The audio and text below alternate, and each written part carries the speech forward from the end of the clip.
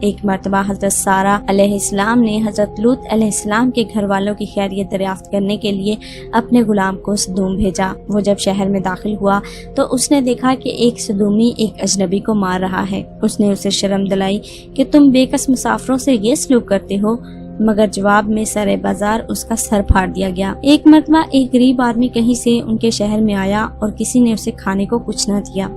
وہ فاقے سے بدحال ہو کر ایک جگہ گرا پڑا تھا کہ حضرت لوط علیہ السلام کی بیٹی نے اسے دیکھ لیا اور اس کے لیے کھانا پہنچایا۔ اس پر حضرت لوط اور ان کی بیٹی کو سخت ملامت کی گئی اور انہیں دھمکیاں دی گئیں کہ ان کی حرکتوں کے ساتھ تم لوگ ہماری بستی میں نہیں رہ سکتے۔ اپنی وادی کو انہوں نے ایک باغ بنا رکھا تھا جس کا سلسلہ میلوں تک پھیلا ہوا تھا۔ اس باغ میں وہ انتہائی بے حیائی کے ساتھ علانیہ بدکاریاں کرتے تھے اور ایک لوط کے سوا کوئی زبان ان کو ٹوکنے والی نہ تھی۔ قرآن مجید میں اس پوری داستان کو سمیٹ کر صرف 2 فقروں میں بیان کر دیا گیا ہے۔ سورہ ہود آیت نمبر 38 میں اللہ تعالیٰ فرماتے ہیں کہ وہ پہلے سے بہت برے کام کر رہے تھے۔ تم مردوں سے خواہش نفسی پوری کرتے ہو، مسافروں کی راہ مارتے ہو اور اپنے مجلسوں میں کھلم کھلا بدکاریاں کرتے ہو۔ سورہ عنکبوت میں آیت 29 میں اللہ تعالیٰ یہ سب فرماتے ہیں۔ معلوم ہونا چاہیے کہ یہ خوشحالی قوم بہت جلد اللہ تعالیٰ کے عذاب کا سامنا کرنے والی تھی۔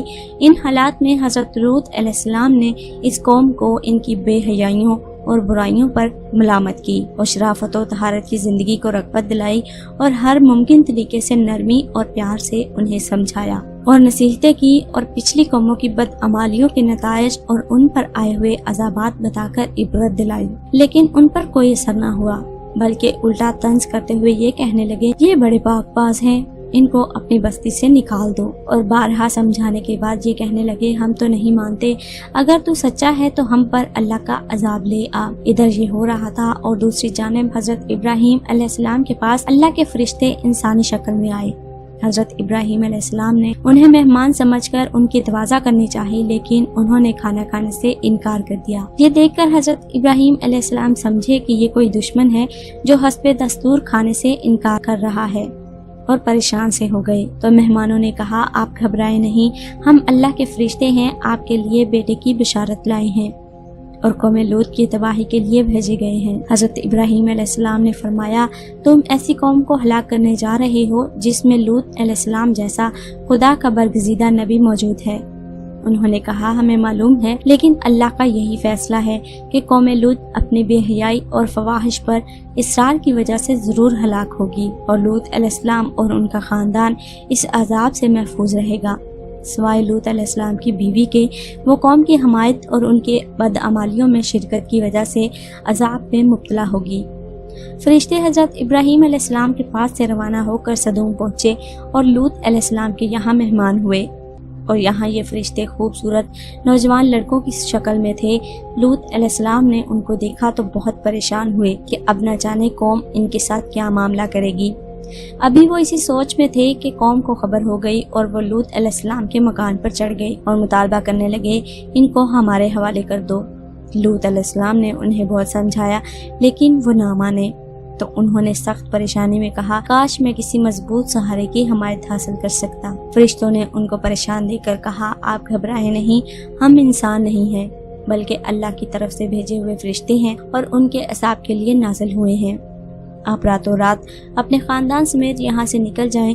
تو فرشتوں کے پیغام کے بعد لوط علیہ السلام اپنے خاندان سمیت بستی سے نکل کر سدوم سے رخصت ہو گئے، اور ان کی بیوی نے ان کی رفاقت سے انکار کر دیا اور یہی رہ گئی۔ جب رات کا آخری پہر ہوا تو عذاب شروع ہو گیا۔ سب سے پہلے ایک سخت ہیبت ناک چیخ نے ان کو تہہ و بالا کر دیا، اور پھر ان کی آبادیوں کو اوپر اٹھا کر زمین کی طرف الٹ دیا گیا، اور اوپر سے ان پر پتھروں کی بارش کر دی گئی اور ان کا نام و نشان مٹا دیا گیا۔ گزشتہ قوموں کی طرح یہ بھی اپنی سرکشی کی وجہ سے انجام کو پہنچے تھے، کیونکہ انہوں نے بھی اللہ تعالیٰ کے حکم کو ماننے سے انکار کر دیا اور اللہ تعالیٰ کے بھیجے گئے نبی کو ماننے سے انکار کیا، اور اپنی بدعمالیوں اور بدفعلیوں میں پڑے رہے اور اللہ تعالیٰ کے حکم کو ماننے سے انکار کر دیا۔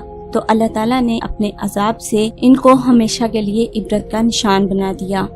امید کرتی ہوں ہماری آج کی یہ کہانی آپ کے لیے انفارمیٹیو ویڈیو رہی ہوگی اور اس سے آپ رہنمائی بھی حاصل کریں گے۔ ہماری ہر ویڈیو کا مقصد آپ کی رہنمائی کرنا ہوتا ہے تاکہ آپ ہماری ویڈیو کو زیادہ سے زیادہ شیئر کر کے دوسرے لوگوں کے لیے رہنمائی کا باعث بن سکے۔ اللہ تعالیٰ جب چاہتا ہے انسان کو نام نشان کو مٹا دیتا ہے اور جب چاہتا ہے تو انسان کو خوشحالی بخش دیتا ہے۔ صرف معاملہ یہ ہے کہ ہمیں اللہ تعالیٰ کے حکم کو ماننا ہوگا اور اللہ تعالیٰ کے بتائے ہوئے راستے پر چلنا ہوگا۔ اللہ تعالیٰ بہت رحیم و کریم ہے، وہ ہمیں بہت بخشنے والا ہے۔ اگر ہم اپنے گناہوں کی ایک دفعہ توبہ کر لیتے ہیں تو اللہ تعالیٰ ہمیں اپنے گناہوں کی معافی ضرور دے دیتے ہیں، کیونکہ وہ انسان سے 70 ماؤں سے بڑھ کر محبت کرتے ہیں اور کوئی بھی ماں اپنے بچے کا برا نہیں سوچتی۔ تو اللہ تعالیٰ بھی انسان کا برا نہیں چاہ سکتے، کبھی بھی نہیں اور کسی وقت بھی نہیں۔ بس اللہ تعالیٰ سے محبت رکھیے اور اللہ تعالیٰ کی ذات پر یقین رکھیے، انشاءاللہ خوشحالی آپ کا مقدر ہوگی اور آپ کی زندگی بہت آسان ہو جائے گی۔ امید کرتی ہوں ہماری آج کی یہ ویڈیو آپ کو پسند آئی ہوگی۔ ویڈیو کو پسند آنے کی صورت میں لائک کرتے ہوئے صدقہ جاریہ سمجھ کے دوسروں کے ساتھ شیئر ضرور کیجیے گا اور کامنٹ میں ضرور بتائیے گا آپ کو اس سے کتنی انفارمیشن حاصل ہوئی۔ ملتے ہیں ایک اور ویڈیو کے ساتھ، تب تک اپنا اور اپنے ساتھ دوسروں کا ڈھیروں خیال رکھیے۔ ہمیں دیجیے اجازت، اللہ حافظ۔